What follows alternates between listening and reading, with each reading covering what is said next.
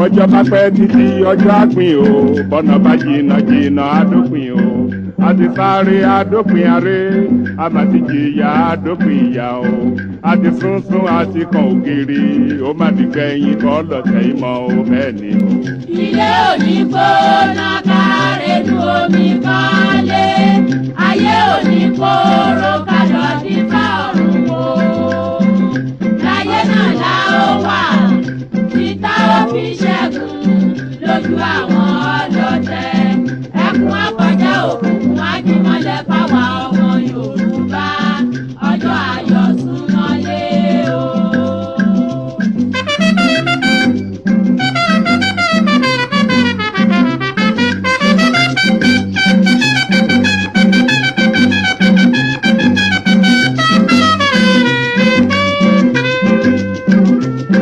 Ó di láéláé pọ́n gbá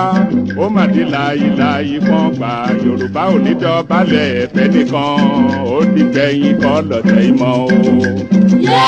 ẹ dìde dìde bí ológun ẹ bá jàgà sílẹ̀ o ẹ rántí àtọmọdọ́mọ kò ní sún wa kò ní rẹ̀ wá tá ó fi ṣẹ́gun tẹni tó dé ó sàn ju ẹni tirẹ̀ ń bọ̀ bẹ́ẹ̀ ni ò ní dídúró kẹ́dúró gbọ̀n kẹ́dúró gbọ̀n kẹ́dúró gbọ̀n gbọ̀n gbọ̀n àtùpàgbé oníkànnì o bí ẹ bá sùn ẹgbẹ́ ọjọ́ ayọ̀ súnmọ́lé o. bí a bá kú tí a bá jí a ó mẹ́ni rè fẹ́ràn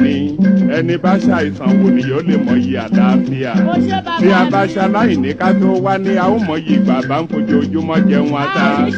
ó dífá fún Yorùbá tí í ṣe ọmọ Odùduwà bàbá mi òkè gàgàgà tí í ṣe lẹ́gbẹ̀ẹ́ lẹ́yìn aṣòótọ́ Ọ̀yọ́ Ìbàdàn Oǹdó Ìjẹ̀ṣà Ilé Ifẹ̀ o. wá ohùn alóore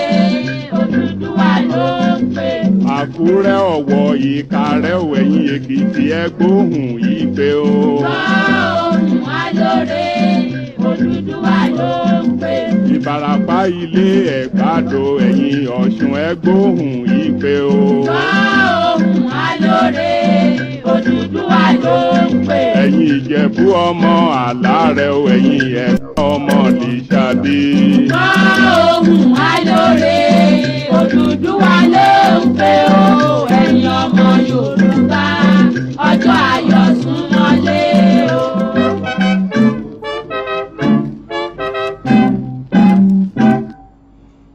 tó mo mà kó nílé mo kálejò mo kí lọ́kùnrin bẹ́ẹ̀ ni mo kí lóbìnrin mo kí gbogbo ojú tó ń wò mí káàkiri ayé ní agbára Ọlọ́run ọba bóyá wọ́n fẹ́ o bóyá wọ́n kọ̀ ọjọ́ ayọ̀ Yorùbá ti súnmọ́lé láìpẹ́ láì jìnnà a ó kọrin ayọ̀ nílé Olúwa tá a máa dúpẹ́ tá a máa kọrin ògo nígbà náà Hòsánà ní ògbẹ́nu wa lágbára Ọlọ́run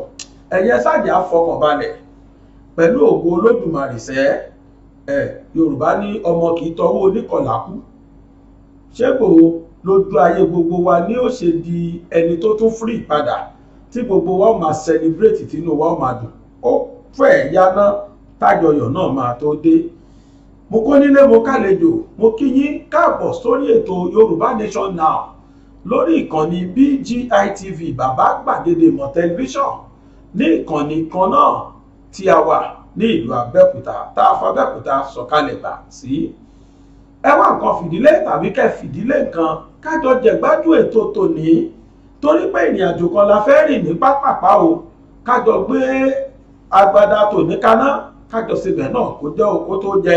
bákan náà ni pé kájọ gbé ọkọ̀ sí ojú agbami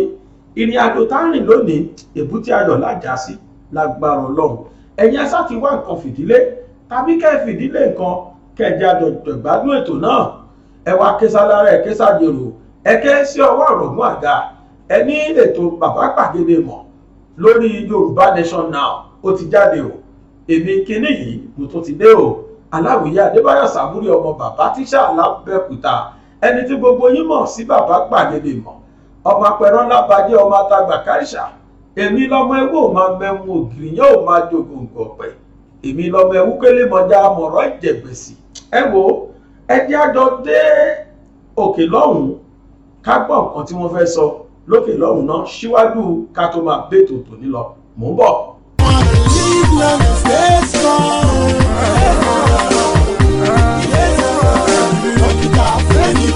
ìlera lóògùn ọrọ̀ àgbà tó ní ìlera ohun gbogbo ló ní kí ènìyàn bẹ̀rẹ̀ kó má lè bẹ̀rẹ̀ kárìn kó di yègéyègé ká dúró kó tún dáa pọn ìrònú àròjù máa ń dá wàhálà sílẹ̀ sínú àgọ́ ara ẹlòmíì kí ọkùnrin máa ró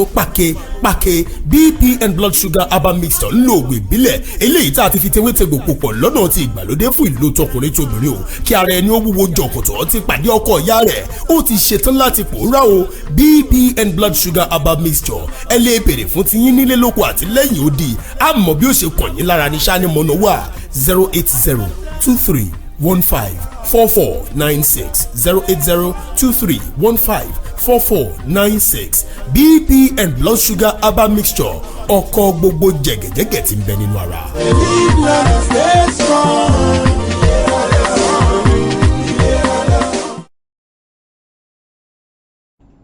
tó ẹ káàbọ̀ padà fáǹfààní ẹ̀yin tí ẹ bá ní ìpèníjà lórí ọ̀rọ̀ ìfúnpá yín àbí ìtọ̀ ṣúgà ẹ pè nọ́mbà tí wọ́n sọ nínú ìpolówó ọjà yìí mo sì tún fẹ́ fàsìkò yìí sọ fún yín pé gbogbo ẹ̀yin tí ẹ bá ní ìpolówó ọjà tí ẹ fẹ́ ṣe ẹ pè máníjà wa ẹni tó jẹ́ marketing manager wa ní orí nọ́mbà tẹ̀ ń wò lójú ìwòran yín yìí lẹ́sẹ̀kẹsẹ̀ ni wọ́n dá yín lóhùn á sì bá yín gbé síta ṣẹ́bẹ̀ ráwọn tá à ń gbé síta ní agbára ọlọ́run àìmọye ẹni tá a ti polówó tó jó padà ṣàdúrà fún wa ni bí ò rẹ́nikẹ́ni tá a polówó ń bí tó ṣépè fún wa ní pé òun rẹ́ni pé òun ẹ̀yin náà ẹ bá wa dòwò pọ̀ lẹ́nìí ṣe Yorùbá ní wọ́n ní ọmọ ẹ̀ta ní kọ́tà kọmọ ẹranko tó tà ẹni tó bá polówó lórí ètò BGI TV tẹ polówó lórí ìkànnì wa yìí gbàràgbàrà báyìí lájẹ́ òun àbúgbà yìí jẹ kí n tó máa lọ ẹ wo ibi tí wọ́n kọ subscribe sí fẹ́yìn tẹ wà lórí YouTube tẹ́ẹ̀sì tí ìtẹ́tẹ́lẹ̀ ẹ bá wa tẹ̀ bákan náà ni pé ẹ wo àmì aago tó wà lẹ́gbẹ̀ẹ́ rẹ̀ yẹn ẹ sábà wa tẹ̀ eléyìí ni wọ́n ń pè ní notification bell aago alamí ni òun ni ó máa ṣàlàmì fún yín ní gbogbo ìgbà tí a bá ti ju ètò kan sí orí ìkànnì wa yìí yóò máa wá ṣàlàmì fún yín pé gbàgede mọ̀ ó tún ti jáde o wọ́n ti tún ṣe ètò kan sórí BGI TV tí ẹ bá tẹ àmì aago yìí á gbé àwọn nǹkan kan wá ṣe rí ibi tí wọ́n kọ ALL sí tí a mọ̀ sí all òun náà ní kẹsàtẹ̀ eléyìí túmọ̀ sí pé gbogbo ètò tá a bá ti ṣe lórí BGI TV òun náà ni wọ́n máa gbé wá fún yín èyí tó bá wù yín lẹ́wọ̀ bẹ́ẹ̀ ẹ sì lè bá àwọn gbogbo ẹ wo ẹ má jà sọ léyà ẹ má jà sọ dilé pẹ́ lónìí torí tó wà nílẹ̀ lénìí tó pín ó tó sè ó sì tó jẹ orí Sunday Igboho àti bàbá Banji Akíntóyè ní ti kọ́kọ́ bẹ̀rẹ̀ bàbá Banji Akíntóyè má sọ̀rọ̀ o wọ́n sọ̀rọ̀ lórí gbígbé tíjọba gbé Sunday Igboho tí wọ́n sì kọ̀ láti fi sílẹ̀ láti jọ́ tán ti gbé tí Bẹ̀nẹ̀ ti gbé bàbá yẹn fìbínú sọ̀rọ̀ lánàá níbi tí wọ́n ti ṣe ìgbaniwọlé fún àwọn tí wọ́n yàn àwọn kan wà tí wọ́n yàn tí ìlànà ọmọ Odùduwà yàn wọ́n pè wọ́n ní special adviser to bàbá Banji Akíntóyè àwọn ẹni yìí ni wọ́n yàn lánàá àwọn olùbádámọ̀ràn fún bàbá Banji Akíntóyè nínú ìlànà ọmọ Oòduà ẹgbẹ́ táwọn kan láwọn yọ bàbá láyé àwọn tí wọn ò tó gẹ̀lẹ̀tẹ̀ tó mífẹ̀ wọ́n yan àwọn ẹni yìí wọ́n sì gbà wọ́n wọlé ní àná òde yìí ní Bódìjà ní ìlú Ìbàdàn orúkọ alága wọn òun náà ni Oòduà bàbá Banji Akíntóyè ẹni tó jẹ́ alága ẹgbẹ́ náà àwọn tí wọ́n yàn wọ́n pè wọ́n ní advisory council for ìlànà ọmọ Oòduà àwọn ẹni ìlú wọn máa jẹ́ olùdámọ̀ràn pàtàkì fún ìlànà ọmọ Oòduà pàápàá jùlọ bàbá Banji Akíntóyè ẹni tí wọ́n fi ṣe alága wọn ni Alhaji Ali Oyèdèjì eléyìí ṣẹlẹ̀ nílùú ní Bódìjà ní ìlú Ìbàdàn ní olú ìlú ní ìpínlẹ̀ ní ọ́fíìsì ìlànà ọmọ Oòduà ní ìlú Ìbàdàn níbi tó jẹ́ ọ́fíìsì wọn ibẹ̀ ni bàbá Banji Akíntóyè wọ́n ti fìbínú sọ̀rọ̀ pé tíjọba ṣe yìí bí eré ni wọ́n máa pè Sunday Igboho wọn ò ṣetán láti fi sílẹ̀ nù tán wà ìpẹ́ ṣùgbọ́n ohun tó ṣẹlẹ̀ ni pé àwọn ti wá rí lárídájú pé a fi kí àwọn kan sowọ́pọ̀ mú àwọn tí wọ́n jẹ́ ọba lọ́ba ní ilẹ̀ Yorùbá. Wọ́n ní àfi kí àwọn èèyàn sowọ́pọ̀ pé àfi kí ìlànà Oòduà kó sowọ́pọ̀ pẹ̀lú àwọn tí wọ́n jẹ́ lọ́ba lọ́ba ní ilẹ̀ Yorùbá. Wọ́n láwọn lọ́ba lọ́ba wa wọ́n ní wọn ò ṣe é bú o, wọn ò sì ṣe é bẹnu àtẹ́lù. Wọ́n ní tí àwọn méjèèjì tí àwọn jọ ṣe wọ́n nínú àwọn ló wà, kì í ṣe táwọn lè sọ síta, láti rí pé àrídájú pé wọ́n yọ olóyè Sunday Igboho láìpẹ́ nínú ìgbèkùn tí ìjọba Benin Republic gbé sí. Wọ́n ní láti wá ṣe léyìí o, wọ́n ló di dandan kó jẹ́ pé àwọn àti àwọn ọba ilẹ̀ Yorùbá káwọn jọ sowọ́pọ̀ láti ṣiṣẹ́ papọ̀ ni. Àdúrà mi sọ́lọ́run ó ní káwọn àwọn lọ́balọ́ba ilẹ̀ Yorùbá kí wọ́n gbà sí bàbá Bánjí Akíntóyè lẹ́nu, torí pé ìtẹ̀mí rí bẹ́ẹ̀ ò ní pé ó wà nú àwọn ọba míì tí inú wọn ò dùn sí wípé Bánjí Akíntóyè à ń rí wọn bí olórí ilẹ̀ Yorùbá. Àwọn kan wà tí inú wọn ò dùn sí, àmọ́ ẹni tí inú wọn dùn sí ó pọ̀ jù ẹni tí inú ò dùn sí lọ. Àtẹ̀tínú ẹ̀dùn o, àtẹ̀tínú òdùn. Àdúrà mi sọ́lọ́ ni pé kí gbogbo wájọ fọwọ́sowọ́pọ̀ kájọ ṣiṣẹ́ sójú ọ̀nà kan náà nípa rírí dájú pé wọ́n fi olóyè Sunday Igboho sílẹ̀ kó máa lọ lálàáfíà. Ó náà ní ìgbésẹ̀ tí bàbá Bánjí Akíntóyè sọ pé ó tún kàn ó. Wọ́n sọ eléyìí níbi tí wọ́n ti ṣe ayẹyẹ ìgbaniwọlé swearing-in fún àwọn tí wọ́n jẹ́ olùdámọ̀ràn pàtàkì tí wọ́n yàn fún ìlànà ọmọ Oòduà. Wọ́n tún wá sọ pé arábìnrin tó jáde pẹ̀lú àwọn mẹ́ta kan, olè apá ọ̀tún àti olè apá òsì, tí wọ́n jọ jáde ìjọ kìíní pípa àwọn yọ bàbá Bánjí Akíntóyè kúrò nínú ìlànà ọmọ Oòduà. Wọ́n lárábìnrin yìí o, wọ́n náà wọ́n jáwé ìjókòó jẹ́ gbélé ẹ̀ náà, wọ́n ní wọ́n jà fóbìnrin pé kó lọ rọ́kú lé o, nítorí pé gbogbo kábàkàbà irú tó sọ níjọ́ kìíní àná lórí ayélujára wọ́n ní kì í ṣe tó yẹ kí ti gbọ́. Tó àdúpẹ́ lọ́dọ̀ Ọlọ́run. Àdúrà mi sọ́lọ́run wa ni pé àjọṣepọ̀ tí àwọn olóyè tí àwọn bàbá Bánjí Akíntóyè sọ pé àwọn òjọṣepọ̀ pẹ̀lú àwọn kábíyèsí, Ọlọ́run ó jẹ́ kó wáyé o. Ìgbáradì náà ti ń lọ lágbára Ọlọ́run. Ẹ jẹ́ àtẹ́tí wa bẹ̀lẹ̀ jẹ́ ká gbọ́ bọ́rọ̀ náà ṣe rí ní ibẹ̀ nílùú Ìbàdàn ní bí wọ́n ṣe ṣe. Mò ń bọ̀.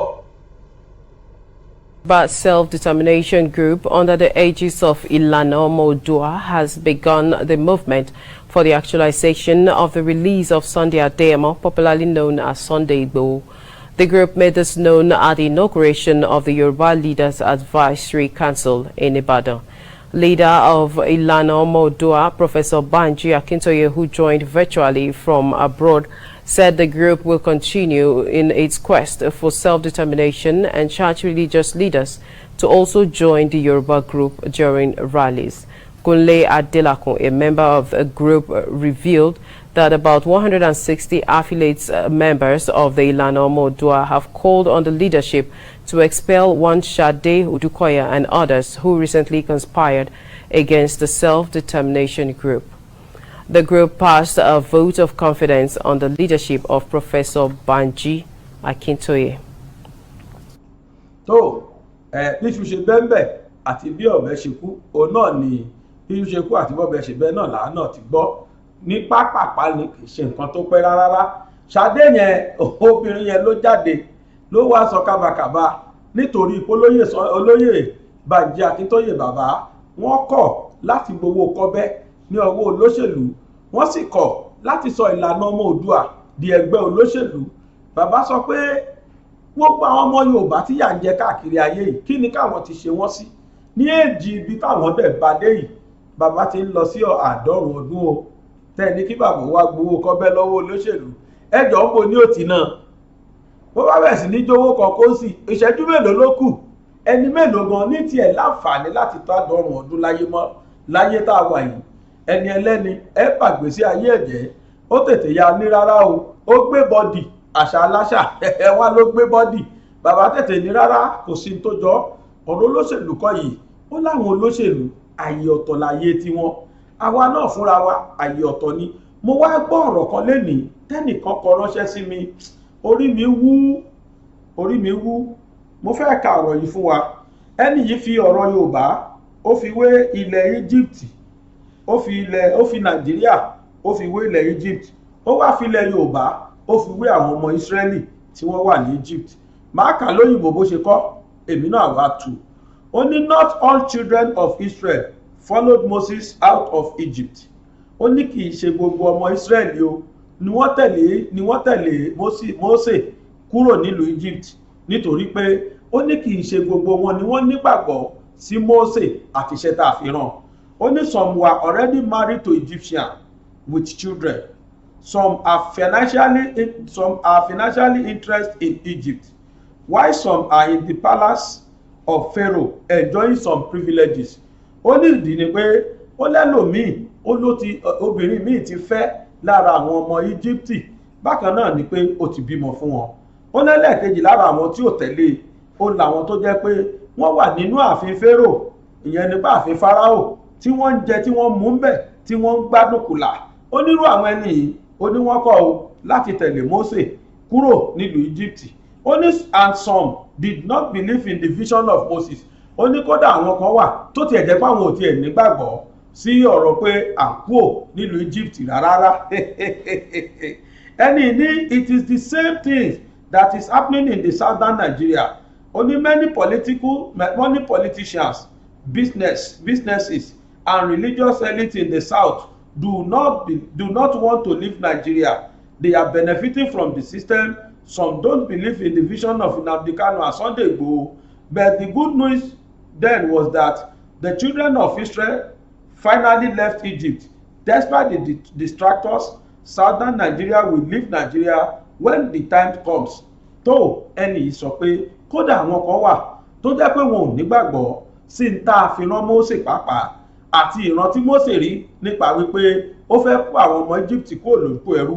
àwọn ọmọ Israẹli kúrò lóko ẹrú, ó fẹ́ kó wọn kúrò nínú Egypt. Ó láwọn kò tẹ̀lé wọn, àwọn kò nígbàgbọ́ sí i. Ó wá ní pé ó ní gẹ́gẹ́ bẹ́ẹ̀ náà ló ṣe rí fún àwọn tí wọ́n wà ní ilẹ̀ gúúsù ti ilẹ̀ Nàìjíríà yìí, wípé ó lọ́pọ̀lọpọ̀ àwọn tó jó lóṣèlú, àwọn tó jó oníléeṣẹ́ ńláńlá, àbí àwọn tí wọ́n ti ẹ̀jọ́ lórí ẹlẹ́sìn pàápàá. Ó ní púpọ̀ nínú wọn ló jẹ́ pé wọn ò nígbàgbọ́ sí n tó ń ṣẹlẹ̀ yìí ó sí Yorùbá nation. Onírú wọn yẹn ó ní wọn ò nígbàgbọ́ sí Yorùbá nation. Ó ní ṣùgbọ́n ó ní ìròyìn ayọ̀ tá a nígbà náà pẹ̀lú gbogbo títakò táwọn èèyàn ń tako Moses ìgbà yẹn tí wọ́n ń tako Mósè. Ó ní pẹ̀lú ẹ̀ náà ó ní Mósè máa ṣàṣeyọrí. Ó ló máa kó àwọn ọmọ Egypt, àwọn ọmọ Ísírẹ́lì, ó ló máa kó wọn kúrò nílùú Egypt,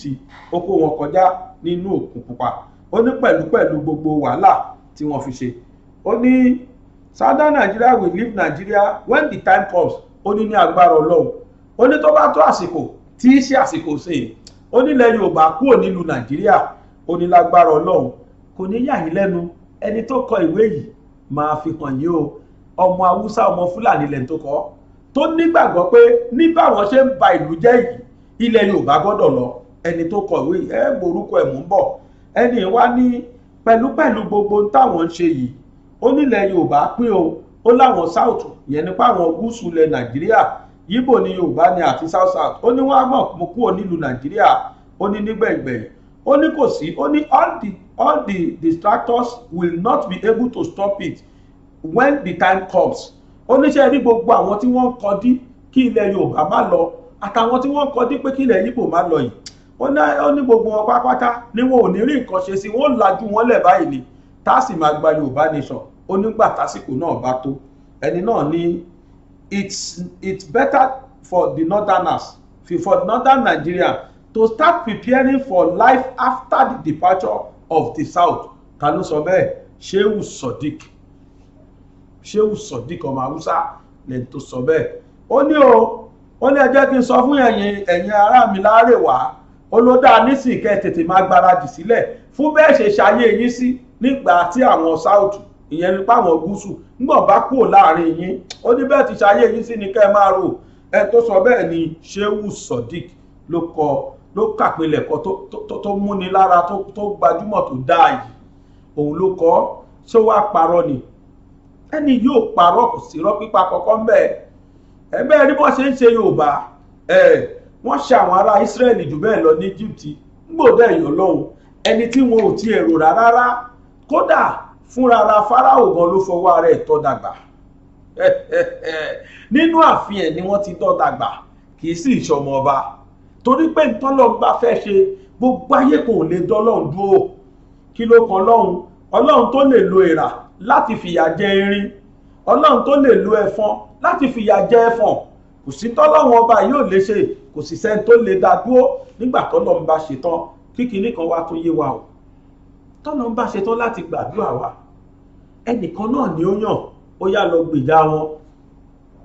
nígbà ọlọ́run ṣetán láti gbàdúrà àwọn ará Ísírẹ́lì mí ìròpọ̀ ti ẹ̀rù mọ́ báwọn lè kú òlòkù ẹrú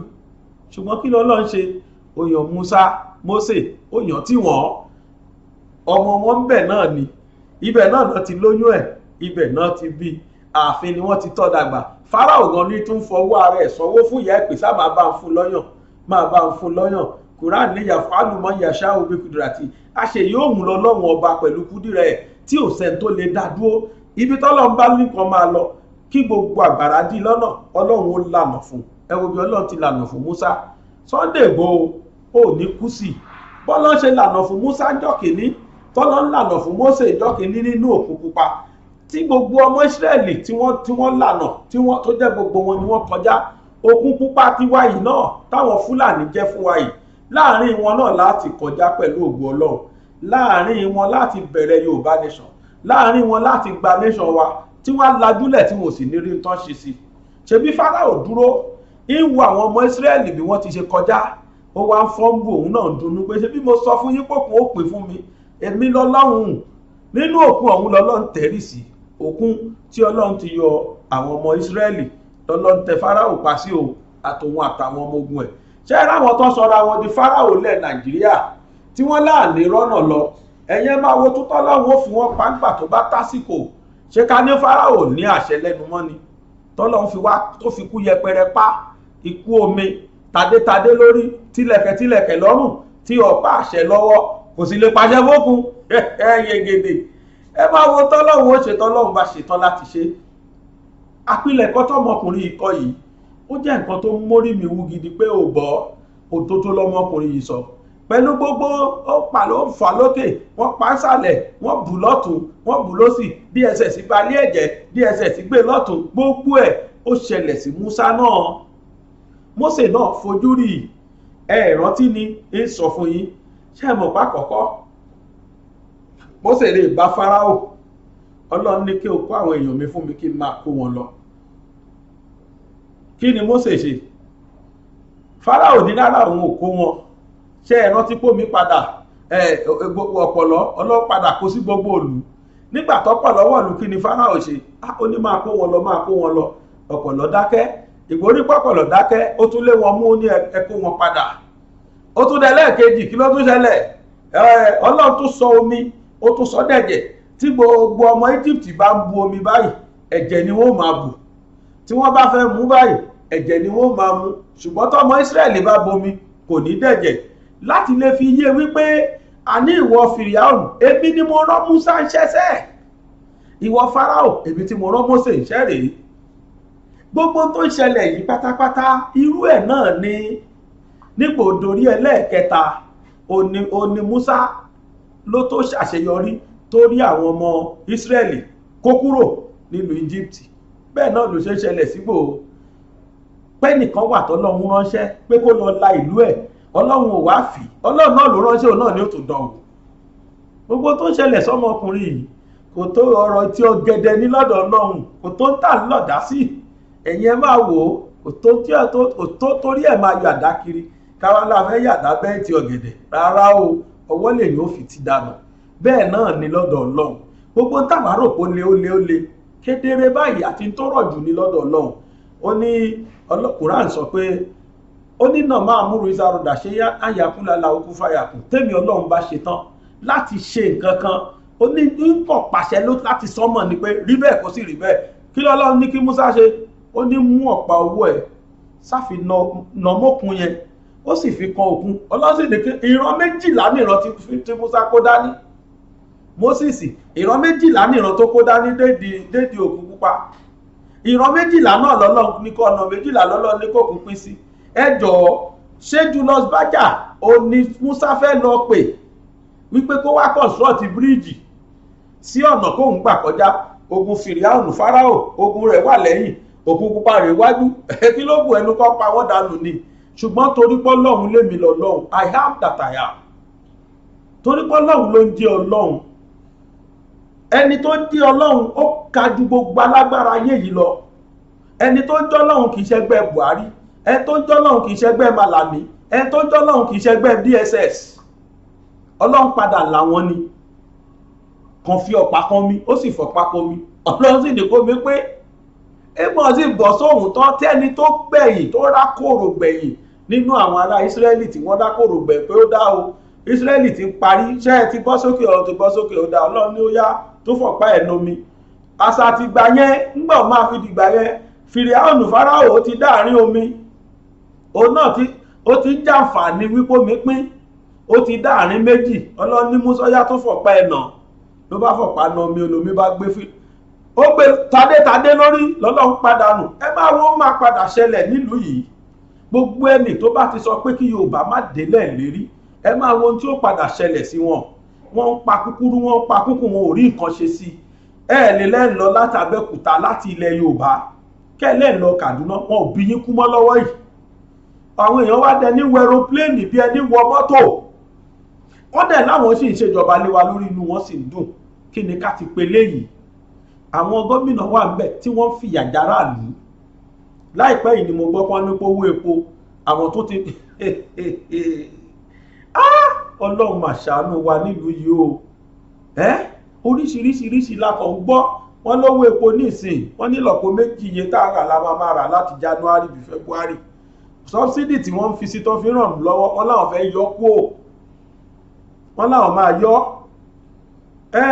Ọ̀gá àwọn oníṣẹ́ ìjọba tá a mọ̀ sí NLC, Nigeria Labour Congress, WABA, òun náà ti wá sọ̀rọ̀ ti jáde pé intẹ́ ń fà lẹ́sẹ̀ yìí tẹ́ ẹ̀ bá yí ọ̀rọ̀ tẹ́ ẹ̀ yí ohun ẹnu yín yẹn padà. Èyí tí ó padà ṣẹlẹ̀ ni pé gbogbo òṣìṣẹ́ la máa ní kan daṣẹ́lẹ̀, sóhun sì ló lórí wọn. Èyí tó bá sọ lábẹ́gẹ́ ó lọ alága, èyí tó bá sọ lábẹ́gẹ́. Èyí tó hun àwọn ní kọ́sà máa rí aráàlú lára. Aráàlú ọ̀hún tẹ̀ ní lára tẹ̀ fún sálárì. Òun náà lẹ̀ tún máa ní Fúlàní tún máa wá gbé. Ló máa béèrè 3 million 5 million. Ẹ̀ẹ́dẹ̀ rí nǹkan kan ṣe sí. Pẹ̀lú ẹ̀ náà wọ́n pè wọ́n terrorist dọ́là, bandit náà sì ń pè wọ́n. Lórí Gúmi, ìtú tí Gúmi lọ pa fún wọn. Mo sì ń bọ̀ wá padà sọ o. Ẹ ṣáàjì àwọn fídíò eléyìí kẹ́gbọ́n tí wá bà sọ. Ẹni tó jẹ́ chairman àwọn àjọ òṣìṣẹ́ ìjọba tá a mọ̀ sí Nigeria Labour Congress, mò ń padà bọ̀. When El-Rufai was in exile and organized labor in Nigeria were organizing a similar protest, we can all remember what he said. He said NLC is the most credible platform in Nigeria. I remembered at that meeting he said PMS should not be sold per liter over and above 14 naira per liter. And today is the same El-Rufai committee that is now recommending through the Governors Forum that PMS price should be increased from between 380 naira per liter to 408 naira per liter. In a situation that we are in today, where many citizens have been driven into poverty. In fact, the World Bank recently captured it illicitly to say that more than 7 million Nigerians have been pushed into poverty because of such policies. There is a direct connect between the issue of physical security and the economic security of citizens. Where the economic situation of citizens are not addressed, then the consequence of it is also the issue of the physical security. We have also put as a decision of NEC that the recommendation of the Governors Forum via the El-Rufai Committee to increase the pump price of PMS from the current 162 to 380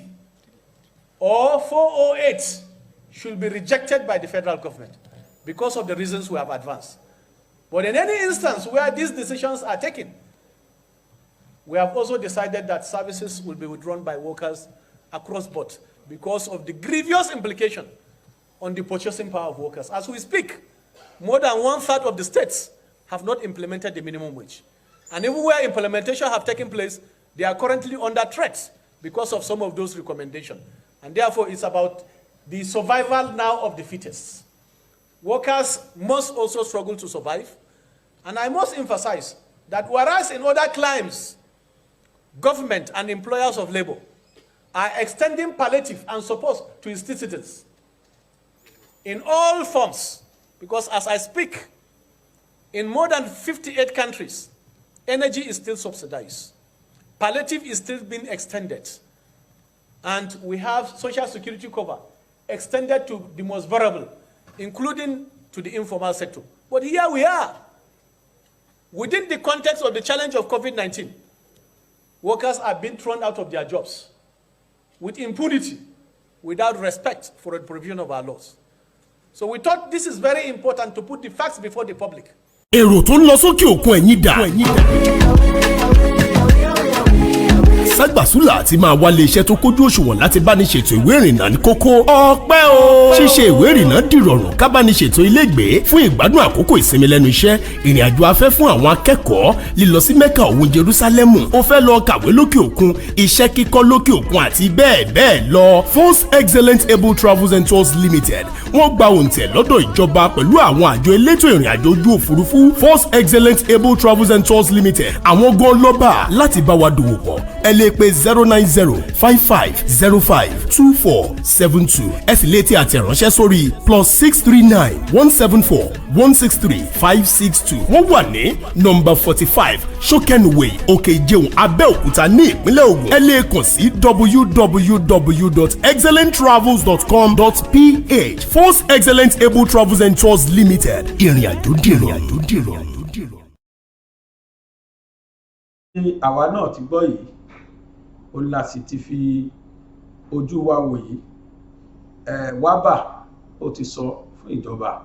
tẹ́ bá gbìyànjú o láti dán tẹ́ lẹ́fẹ́ dánwò yìí wò ó ní òṣìṣẹ́ ó dáṣẹ́ lẹ̀ ni o ìnira tí àwọn ènìyàn kó bá ẹ̀dá ó lẹ̀ ń wò yìí ó gbẹ̀ òṣìṣẹ́ mọ̀ náà ṣe ń sọ pé ẹ fún oníkálùkù lẹ̀ jẹ́ kó oníkálùkù máa lọ ẹ̀ tí ẹ bá wo itú tí àwọn Fúlàní ń pa lọ́wọ́lọ́wọ́ sí lọ́dọ̀ Kaduna kò tí ẹ̀ síbi kankan mọ́ tẹ́lẹ̀ sọ pé bíbá ìlà lè rìn sí mọ́ èyí tó ń ṣe lábẹ́òkúta ní ká sọ mo ń gbọ́ sí pé wọ́n ní ìṣòro pé wọ́n náà máa káṣù ẹ̀ lógún state torí pé ìṣòro dẹ̀ ní ẹni tí òru ìbá lọ Tajud night abẹ́ lọ ṣòro Fúlàní ń bọ̀ ẹ̀ máa retí wọn wọ́n dẹ̀ ń gbé àwọn èèyàn tán nìyẹn kò sí tán fẹ́ ṣe sí sáwọn tó wọ báràkì lọ gbé àwọn àmì àbí fúnpá Fúlàní bá ti gbó lórí ológun tá a gbójúlé kí ló tó kù ẹnu kógun máa kóòlù lọ ni olóṣẹlẹ̀ lọ́wọ́lọ́wọ́ yìí àwọn èèyàn dẹ̀ sọ pé ẹ jẹ́ káwọn èèyàn pín kán máa lọ kó ní kálukú ṣèjọba ẹ̀ ìjọba kọ́ ó yarí òun lóòótọ́ òyìnbó kan ní there is no just ruler that we want his territory to be divided kò sí olódodo kan tó jẹ́ olórí tó máa fẹ́ kí wọ́n bá òun pín ibi tó òun ṣolórí dé ṣùgbọ́n tí nǹkan bá ti bọ́ lọ́wọ́ ọ̀nà èèyàn máa ń jùlẹ̀ ni tó bá ti dé ìkóríta kò yé mi mọ́ èèyàn ò yà pẹ̀lú tó yé kò sí nǹkan kan tí ìlú ilé ṣe jù pé ẹ jẹ́ kó ní kálukú máa lọ kó ní kálukú lọ máa ṣèjọba ẹ̀ kò sí ọ̀rọ̀ míì jù yẹn lọ́mọ́ lọ́wọ́ yìí nísìn ọ̀pọ̀lọpọ̀ ló jẹ́ pé wọ́n ti yarí oníkálùkù rówó gbà gbogbo ẹ̀kọ́ dàrú mọ́ra wọn ni wọ́n lọ sí gbòòrò wọ́n lọ bí àwọn èèyàn léèrè ìjọba tó wà lóde ìkìlẹ̀ rí sí ẹni ní ẹlẹ́ẹ̀kejì tó tún sọ lórí ọ̀rọ̀ epo kílẹ̀ rí sí ìta màmúbọ̀ táwọn èèyàn sọ rí o àwọn èèyàn ọ̀pọ̀lọpọ̀ yarí gan pé kò jọ rárá tí wọ́n bá ṣe bẹ́ẹ̀ wọ́n fẹ́ fi ara ní aráàlú ni jẹ́wọ̀n ti fara ní aráàlú ni ẹ̀mọ̀ yẹn tààrí ipò tẹ́lẹ̀ ẹ̀mọ̀ yẹn tán sọ́dà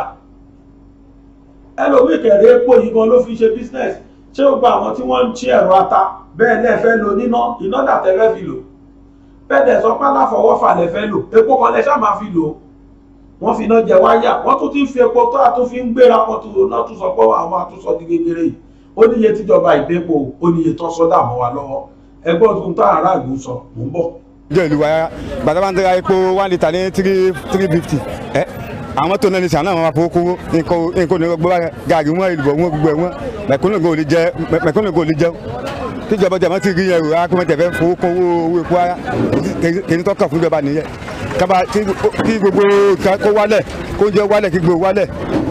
nítorí kan nìyẹn kí nígbà kí nǹkan máa lókè kọ́ máa lókè ìjọba gan ló ń kọ́ àwọn mẹ̀kúnnù ní ọgbọ́n tẹ́mi jiyàn gbé tẹ́mi ọ̀pọ̀lọpọ̀ àwọn kan tó ń ṣẹlẹ̀ ẹni tó níyàwó méjì ẹni tó níyàwó lé tó lọ́mọ bí 3 4 lé tó lọ bí iṣẹ́ tí òrìṣẹ́ ṣe tábà ní kọ́ lọ jiyàn gbé báwọn fẹ́ fún $100,000 ọ máa gbà ìgbà pé iṣẹ́ wà ó kéré sí tí gbogbo ẹni lọ ní mẹ́kùn tí gbogbo ẹni lọ ní ètò kò ní tó fẹ́ gbàdá púpọ̀ máa jẹ́ mọ̀làkejì òun gbé ìlú òfarayọ̀ náà kíjọba wù wá sí kọjá mẹ́tì fọwọ́ kó owó epo ara. jẹ́ àwọn òṣìṣẹ́ ní tíṣà nǹkan kan bẹ́ẹ̀ àwọn civil servants ẹ jẹ́ kó tí wọ́n náà gara sí i ìgbà ló ní wọ́n máa pé wọ́n máa wọ̀ pé kí làwọn máa ṣe sí ọrọ̀ ajé Nàìjíríà wọ́n máa ṣe nọ́ọ̀mà òṣìṣẹ́ kó wà wọ́n alákọ̀ọ́dà torí wọ́n ti bá gbogbo nǹkan jẹ́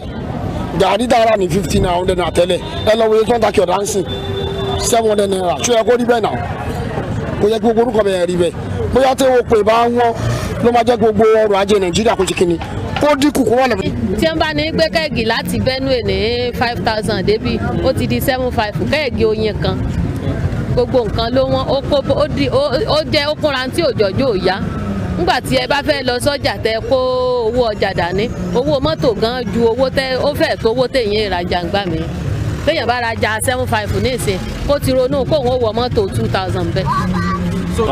tó fẹ́ yọ ìbábá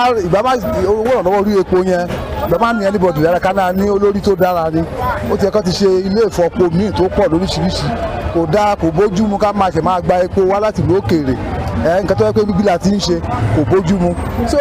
kò sí bá a ṣe lè kankan kò ràn kankan torí lẹ́bẹ̀ẹ́ tí ó kọjá bẹ́ẹ̀ báyìí gbogbo kan ṣe ń lọ ó ti wọ́n jù gbogbo kan ọ̀wọ́n gbogbo ti wà ńlẹ̀ already 5,000 ẹgbẹ̀rún 5 yẹn kò ràn kankan ìjọba gbọ́dọ̀ wá nǹkan ṣe sí wá kán sí síwájú ẹgbẹ̀rún 10. èrò èmi owó ìrànwọ́ yẹn kò ní wà necessary báyìí because wọ́n bá yọ owó ìrànwọ́ kúrò fuel price ma increase kọjá nǹkan táwọn sọ and we be paying something like àwọn sọ bí yàbí 300 naira above so ẹ máa wò ó sìn ṣé 40 million people tó ń sọ pé wọ́n máa fún ní 5,000 naira for transport support ṣé ó máa work wọ́yẹ̀ rò with price increase what is the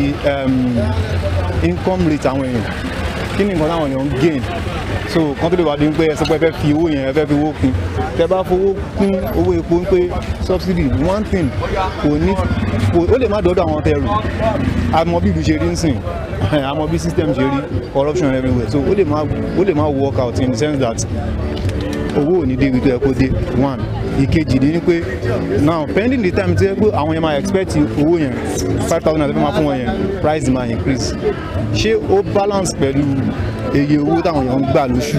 pẹ̀lú nǹkan táwọn máa yẹ. tó bá tẹ̀ máa ní ok àwọn fẹ́ yọ owó ìrànwọ́ epo kúrò that is first subsidy wọ́n dẹ̀ máa fáwọn èèyàn ní 40 million Nigerians ní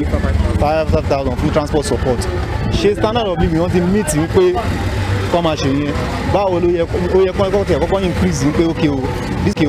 this is what we take as salary this is what employment rate is saying and these are what the people are gaining or having every month so àti tó yẹ kí standard of living yẹn increase wẹ́ pé pending the time máa tẹ̀ máa dóde 5,000 naira àti ẹ̀rù kó òun lè afford 350 naira fuel price. sẹ́mi kan retí ni pé olúwàbá tún Nàìjíríà ṣe báyìí kọ́ ló ti rí tẹ́lẹ̀ olúwàbá dá padà àwọn kan àjọba náà ń gbìyànjú ibi tó ń yà sí ló pọ̀ jù ìwọ̀n tẹ̀mí rí sí ní gbogbo ẹ̀ ṣe ń lọ sókè yìí torí àwọn míì wà tó jẹ́ pé mẹ̀kúnnù ni wọ́n lágbára so epo iná sì ní ilẹ̀ wa láti àwa náà là ń ṣẹ̀dá ẹ̀ so kò yẹ kó jẹ́ pé ó lè ní wá lára tó pé a máa tún wá máa tún sáré tàbí máa struggle jù láti lè rí nǹkan tó jẹ́ nǹkan àlùmọ́ọ́nì ilẹ̀ wa láti lè rí lò so àwọn ìjọba wa náà ń gbìyànjú ṣùgbọ́n tó túbọ̀ bá wa jára mọ́ kínní ó lè rí bó ṣe yẹ kó rí àwọn aráàlú wọ́n ń sọ̀rọ̀ wọ́n ń pariwo ó nìyẹn sìn gbogbo ibi tán ti ń gbé wa tẹ́lẹ̀ ní bóyá 200 naira kí ni láwọ 400 naira láwọ dékètù ń bí báyìí láti Ṣàgámù tẹ́lẹ̀ 200 naira ni nìyẹn ti lọ sókè jù tá a bá fẹ́ wá láti Èkó wá sí Ṣàgámù tẹ́lẹ̀ tá a bá mú nǹkan bí 800 naira dání àwa máa lọ ṣùgbọ́n sì kò rí bẹ́ẹ̀ mọ́ ìbùn gan pàápàá owó tá a kó jáde lélẹ̀ ó ní mo gbé bọ́jẹ̀tì rí pé àjẹwò máa tún tó wa báyìí torí pé ó ti pọ̀ ju iye tá à ń wọkọ̀ tẹ transport yẹn ti pọ̀ jù ṣùgbọ́n ọlọ́run náà láàmú àbẹ̀ kán bá wà nǹkan ṣe sí náà kò sí nǹkan kan tó ṣòro ṣe lọ́dọ̀ ọlọ́run bí ẹ̀ bá ti nípinnu pé wọ́n máa bá wọn á ṣe ọlọ́run á darapọ̀ mọ́ wọn. ikú ní kálukú ká ṣe sùúrù because oríṣiríṣi ìwà tí wọ́n ń wù táwọn olórí wa ń wù ó kù díẹ̀ ká nísìnyí wọ́n lè kó máa di 300 something ní next year tó ní tó jásí pé tó bá fi lè make rise up wàhálà àti nǹkan bẹ́ẹ̀ pé oúnjẹ wọn everything wọn tẹ́lẹ̀ tó bá fi lè di pé ó ti di 3 something ó tún gbogbo ẹ̀ náà yóò tún máa dàbí pé yóò tún máa dá sí kọ́lọ́n sájọ máa dá isá torí kọ́lọ́n jẹ́ ọdún náà dáná la máa wí torí agbọ̀dọ̀ máa ní kò lè dáa kọ́lọ́n sájọ. tó ní tí gbogbo aráàlú sọ rèé o ní tí gbogbo aráàlú sọ rèé mo sọ lẹ́ẹ̀kan pé Gumi ó bẹ̀rẹ̀ sí ní lọ káàkiri láti lọ tọ́jú níbola kí nílùú ìwà dà báyìí. Gumi ń lọ káàkiri inú igbó nílùú sílùú ó lọ tọ́jú àwọn Fúlàní agbénipa bóyá ìtí bọ́mbà àbí tí wọ́n ṣá tó ráyè sá lọ ó tún gbé dókítà dání wọ́n lọ tọ́jú wọn. Èyí tó ṣe ní Kogi lẹ́wọ́ fọ́tò ẹ̀ yìí aṣọ ọlọ́pàá life jacket ọlọ́pàá ló wọ̀ ọkọ̀ ojú omi gan ló wọ̀ débẹ̀ ibi táwọn Fúlàní tán pàgọ́ sí àwọn Fúlàní agbénipa kìí Fúlàní lásán ó tún lórí láyà ó tún lọ tọ́jú wọn nú gbó tí ó dẹ̀ sẹ́ni tó lè sọ pé ó kùbi tó fẹ́ gbà kò sẹ́nìbọ̀dì tó retí tán láti mú ìjọba wò ó ní gbogbo wọn wò ó ràn ó sì ń balẹ̀ jẹ́ Fúlàní tó ń jí àwọn èèyàn gbé ibi tí ń tọ́jú wọn yẹn ṣé bá ara àwọn èèyàn tí wọ́n jí gbé ń bẹ̀ ṣá ó lè wò wọ́n ẹ wo ibi tá a bára wa nílẹ̀ Nàìjíríà o ẹ wo ibi tí Yorùbá bára ẹ̀ ń tí Gumi ń ṣe yìí Yorùbá ò ṣe kò sí Yorùbá kan tó ṣe ìlà kan nínú lọ́gọ́rùn Ìgbòho ṣe ìlà kan nínú lọ́gọ́rùn tí Gumi ṣe yìí ó dẹ̀ ṣe gbé ó rìn ó yan fanda kò sẹ́nikẹ́ni tó lè sọ pé ó kúbi tó fẹ́ gbà kì í dẹ̀ ṣe pé ìjọba yìí ṣe pé wọn ò gbọ́ wọ́n mọ̀ wọ́n filẹ̀ nítorí kó jọmọ wọn ṣe yẹ kó rí bẹ́ẹ̀ ó kàn rán kí Yorùbá àwọn tó ti ẹ̀tẹ́ àfisípò kọ̀ọ̀kan ó kàn rán káwọn náà má tún fi ìyà tí wọ́n kún ìyà fúnyu fún ọmọ wọn mọ́ àbí gbà yàn yìí lólórí tó tún wá jẹ́ pé ṣẹlẹ̀ ní wá lára ṣẹlẹ̀ fìyà jẹ wá kí ni ká ṣe gbogbo ẹ̀yin gómìnà ilẹ̀ Yorùbá etí yín mélòó èyí tí mo fẹ́ sọ yìí ẹ fi ṣàríkọ́gbọ́n kẹ́ tọwọ́ ọmọ yín baṣọ àwọn èèyàn ń ṣiṣẹ́ sí yín ni ẹ fún wọn ní ẹ̀tọ́ wọn ẹ fún wọn lówó ọ̀yà wọn Yorùbá lóògùn aláàrùn kì í gbẹ ẹ wo bẹ́ẹ̀ ṣe sọ ọmọ Yorùbá dà ẹ wo bẹ́ẹ̀ ṣe sọ ọmọ Yorùbá dà ẹ wo tẹ́ ẹ sọ àwọn èèyàn dà bó ṣiṣẹ́ ẹ lè sanwó ẹ̀ fún lásìkò ẹ̀yin kẹrin kó owó ní mẹ́jọ mẹ́sàn-án kó lọ nú báńkì lálá tó wà lóyìnbó tó wà bí àwọn ọmọ yín lọ léèwé tó dá wọn rí tó jẹ dáa àwọn òṣìṣẹ́ ìjọba wọn yóò ráṣọ wọ̀ sọ́rùn ọmọ wọn ò rí léèwé tó ní lárí lọ wọ́n ṣiṣẹ́ ẹ̀ fún wọn lówó wọn nígbà tó yẹ gọ́fúnà Oyètọ́lá ẹ̀yin lẹ́ni tí mo fẹ́ sọ ìlọ́ṣun àwọn aráàlú yín àwọn òṣìṣẹ́ yín ṣe bẹ́ẹ̀ rí tó ṣẹlẹ̀ sí wọn máa ṣó fídíò bá ń ṣó fídíò yẹn ẹbẹ́ yìí náà rí tó ṣe lè dá ìtẹ́fẹ́ òjò dá ẹ̀ wò.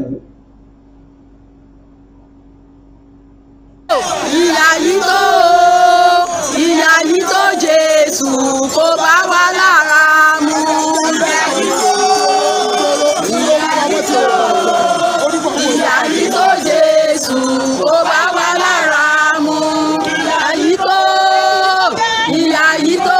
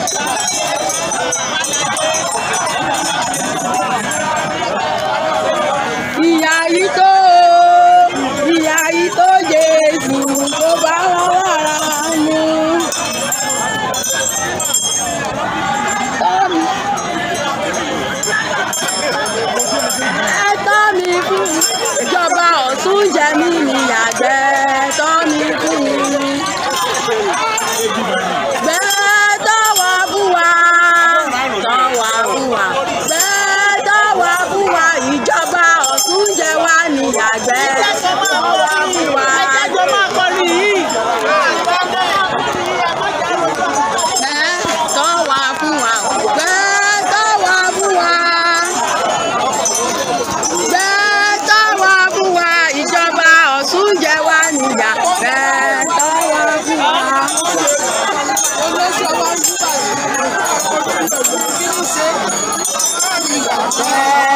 wá fún wa. Gbẹ́tọ̀ wá fún wa. Gbẹ́tọ̀ wá fún wa. Gbẹ́tọ̀ wá fún wa. Gbẹ́tọ̀ wá fún wa. Gbẹ́tọ̀ wá fún wa. Ìjọba.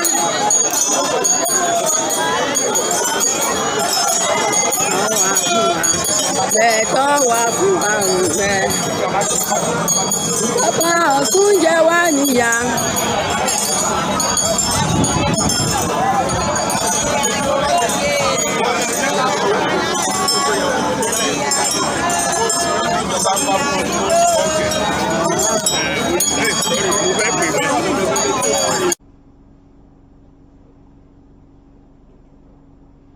ìyà yìí tó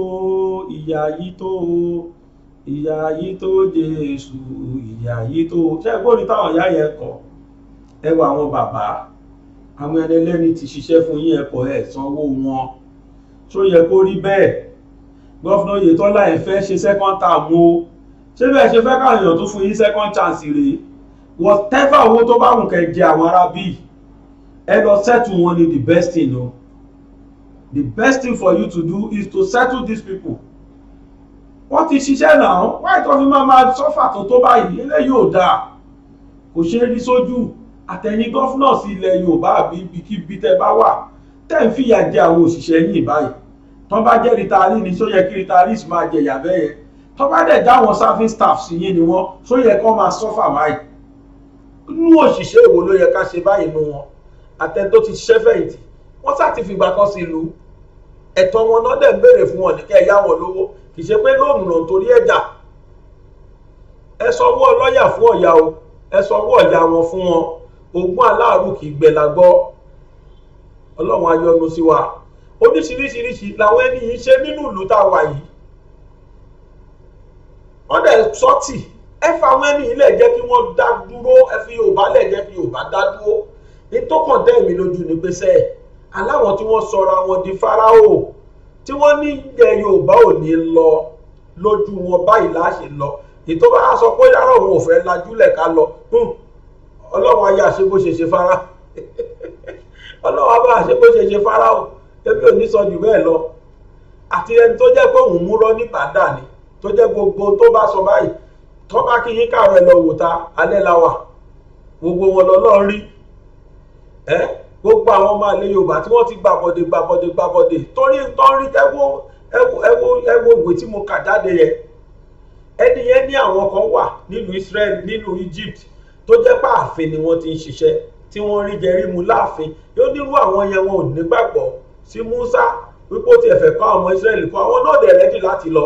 torí ń tán rí jẹ bẹ́ẹ̀ náà ni tó ṣẹlẹ̀ sí wáyìí olóṣèlú wo lẹ gbọ́ tó sọ́pọ́ọ̀tì Yorùbá nation rí àgbọ̀nrín tó ń jẹ tó ń mu àwọn ni wọ́n dìlù ṣé nígbà 35 million lóṣù ok sẹ́nétọ̀ láwọn gba 35 million ẹja ní 20 million náà ń gbà lóṣù ṣé nígbà 20 million lóṣù kan ṣo ṣàdúrà kírun bẹ̀ dí ni wọ́n ṣe support Yorùbá nation ló dẹ̀ ṣe yẹ káwa náà wá dúró tiwa pé tẹ́yìn bá lẹ̀ gbé 2023 yìí dé gbogbo owó tó ẹ bá kówó ẹ máa kó lọ àfẹ́ ṣùgbọ́n tá a fẹ́ ṣe bẹ́ẹ̀ mo sọ lánàá bíi pé ìṣẹ́ ló fà tọ́pọ̀lọpọ̀ fi ń ṣe tó ń ṣe yìí iṣẹ́ ni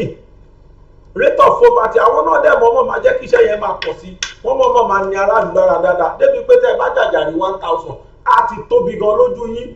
ṣẹ́ni tí ò rí 500 naira jẹun ló máa ló dídí 1000 ní onídọ́balẹ̀ kódà kò rí 200 jẹun àwa rí 1000 kódà dọ̀bálẹ̀ níbi tó máa gbà dé pápá á tó dọ̀bálẹ̀ pé ẹ ṣe sà àbí ráìsì odindi bíi 10 kg kan gbé fẹ́ nìkan tọ́ntọ́n kódà kì í ṣe kó mú àdọ̀bálẹ̀ nìkan òun àtúnyìrà ayé kóòtù ayé tòsí bí ẹni kọba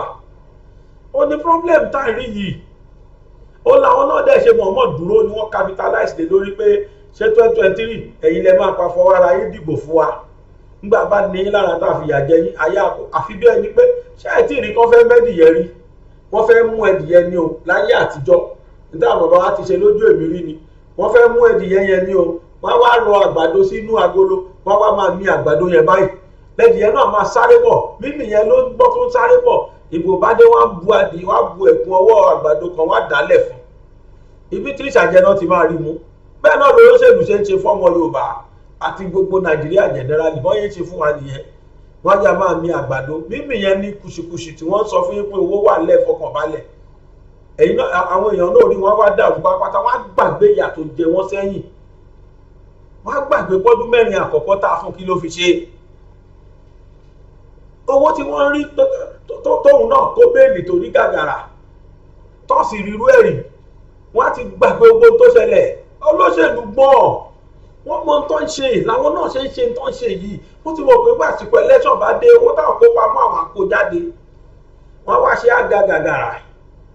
ẹni tí ó rí 500 naira tẹ́ wá mú 1000 bẹ́ẹ̀lì tẹ́ ẹ kójọ rẹpẹtẹ wà láàjọ lójú gidi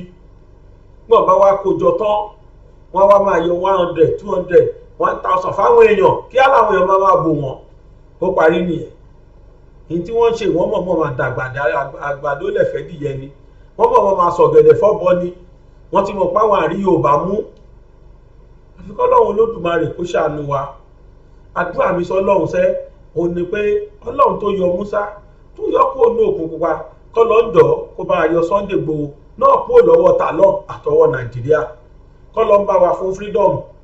bí Germany ló máa lọ ni bí France ni bí bá máa lọ ń bẹ̀ tó rárá France náà ń pè kó máa bọ̀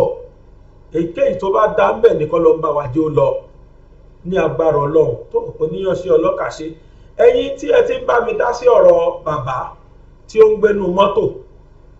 tẹ́sẹ̀ dẹ̀ tó ń dùn gbogbo yín mo ti ń rọ́wọ́ yín díẹ̀díẹ̀ bí ò tiẹ̀ ti pọ̀ mo dúpẹ́ ṣé o ṣùgbọ́n mo ní tágẹ́ẹ̀tì fún tí n bá ti rí tágẹ́ẹ̀tì yẹn tó bá ti pé ẹkú tí mọ̀ mi kò sí tí mo fẹ́ fowó wọn ṣe ìrànlọ́wọ́ yìí náà adá ìmí mọ́ ni adẹ̀ ń tàdẹ̀ torí ẹ̀gbẹ́ station wa ilẹ̀ nìyẹn ká máa ṣèrànlọ́wọ́ fáwọn èèyàn kọ́ lọ́ọ́ lè máa bùkún àwa náà ń tà ṣe nìyẹn tówó yẹn bá ti pé tágẹ́ẹ̀tì tí mo ní á gbé kámẹ́rà lọ bẹ̀ bí tá a ṣe fún ìyá Mary máa gbé kámẹ́rà lọ bẹ̀ ẹ́ fojú ara yín wò ó ẹni tó bá wa dá sí inú ẹ̀ náà àdúpẹ́ mo dúpẹ́ pé mo bá wọn dá sí irú ọ̀rọ̀ báyìí ẹni bá ń ṣoore Yorùbá ní the givers never lack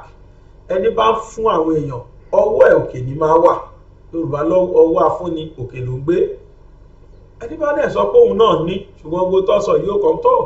ẹ ṣàṣe gbogbo ẹ̀yin tẹ́ bá wa dá sí mo ti ń rí ọwọ́ àwọn èèyàn díẹ̀ at least màá ti rí tó bíi bóyá bíi 80,000 ṣá màá ti rí tó bẹ́ẹ̀ tàbí bíi 70,000 táwọn èèyàn ti bá ń fi dá sí tówó yẹn bá ti rí pé owó yẹn ti lórúkọ ó ti tó rẹ̀ ẹ̀rọ ata ó ti tó rẹ̀ lọ́ọ́ lọ́gì àtàwọn ẹ̀rọ tí mo dẹ̀ mọ̀ pé tí n bá gba ilé ọdún méjì fún bàbá yìí ó yọ tó bá ti rí bẹ́ẹ̀ mo ti rí bíi 500,000 700,000 máa kó lọ bàbá yẹn lẹ́kọ̀ọ́ ni ká máa gbalé fún lágbára lọ Ṣàngó tàbí Ifọ̀ á gba ilé fún á dẹ̀ bá ra àwọn ẹ̀rọ tí wọ́n fi ń jàǹkún kọ́kàn ṣó tí mo lè tá a rí pa lè ṣe fún bàbá yìí tó lè pè ẹ̀ nìyẹn iṣẹ́ ìjókòó ni kó jókòó a fẹ́ lọ ata kó jókòó kó kàn tán kó fa okùn kó dẹ̀ ra máa jáde lọ ìjọ inú mi ó lè jà 100 ó lè jà 200 kó bá máa dalẹ̀ àtàtàkì àti ẹ̀rọ kìíní àti ẹ̀rọ kejì ẹ̀rọ kẹta bàbá yìí bá rí bíi 2,000 3,000 lójúmọ́ mi rò kó lè ṣe pé fún wa tábà dẹ̀ ti establish ẹ̀ á máa take care ẹ̀ nú ẹ̀ owó ọdún lẹ́yìn tọdún méjì bá expire á rówó tó máa fi sàn mí ètò mi rò nìyẹn ẹ̀ka àkọsọ́ pa gbé sínú ilé láì fún ní tó máa jẹ láì fún ní tó máa mu kò yàtọ̀ sí pa àtúndà lóró Ọlọ́run á ṣe dáadáa fún wa ẹ̀yin tẹ́ bá sì fẹ́ bá wa dá sí àkáǹtì tá à ń lò lẹ́ ń wò níwájú yìí kí ètò yóò dé tó torí ẹlòmíì lè máa rò pé ṣọ́ ti wá sọ prógráàmù ìdí prógráàmù bára ni rárá mo fọlọ́ bàbúrà lọ́wọ́lọ́wọ́ yìí messages tó wà lọ́wọ́ mi lórí ìrànlọ́wọ́ àtìgbà tá ti ṣe tìyá Mary yẹn báyìí làwọn èèyàn ti lọ ń pera wá ẹ lọ bá àbá gbàgede á ràn yín lọ́wọ́ wọn dẹ̀ mọ̀ pé mi ò lágbára ìrànlọ́wọ́ kankan ẹ̀yin èèyàn wa tẹ̀ ń bá wa sanwó sí àkáǹtì náà la fi ran àwọn èèyàn lọ́wọ́ lẹ́yìn tí máa yìí for now anybody kọ lẹ́tà wá mi ò ní gbà àwọn tí wọ́n kọ wá gan máa mo ti sọ fún wọn pé ẹ má ti fọkàn sí rárá àmọ́ kéèsì bàbá yẹn kéèsì kan tó wà unique ni tèmi kìíní yóò gbọ́dọ̀ má dá sí tí mi gbọ́dọ̀ rí kí wọ́n fojú parẹ́ ní kéèsì bàbá yẹn wọ́n á fọlọ́run bá bẹ̀ wá àwọn tá a bá fẹ́ bá wa dá sí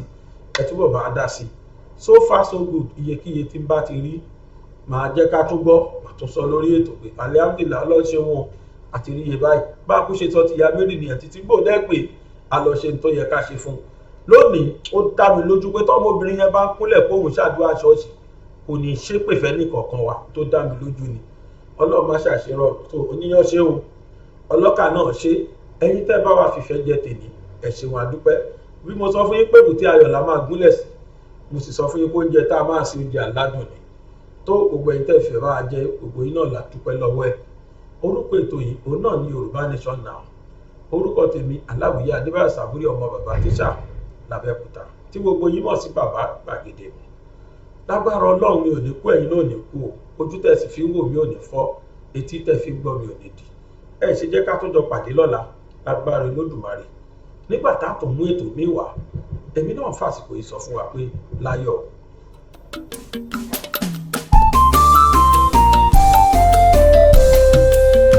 BGI TV yìí mo fẹ́ máa wò ọ̀rọ̀ tó jẹ tí ń gbèsè mo fẹ́ gbọ́ ètò lóríṣiríṣi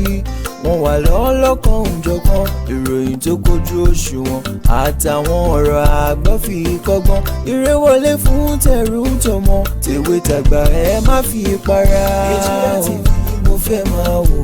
ọ̀rọ̀ tó jẹ tí ń gbèsè mo fẹ́ gbọ́ ètò lóríṣiríṣi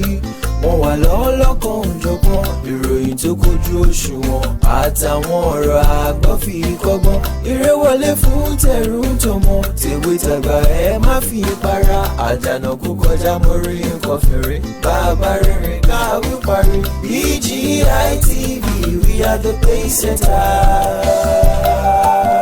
Bàbá gbàgede ìmọ̀ tẹlifíṣọ̀n station tí dòde. iléeṣẹ́ amóhùnmáwòrán tó mọ bó ṣe ń lọ tó ní ìròyìn kọ́ńbọ̀kì tó jẹ́ yàjóyàjó ìròyìn àti ìsọfúnni àtìgbàdégbà àwọn ètò tó ké pọ́pọ́ filẹ̀ má yí kúò ń bẹ̀ má gbé kúò ń bẹ̀ máa jẹ̀gbádùn ẹ̀ lọ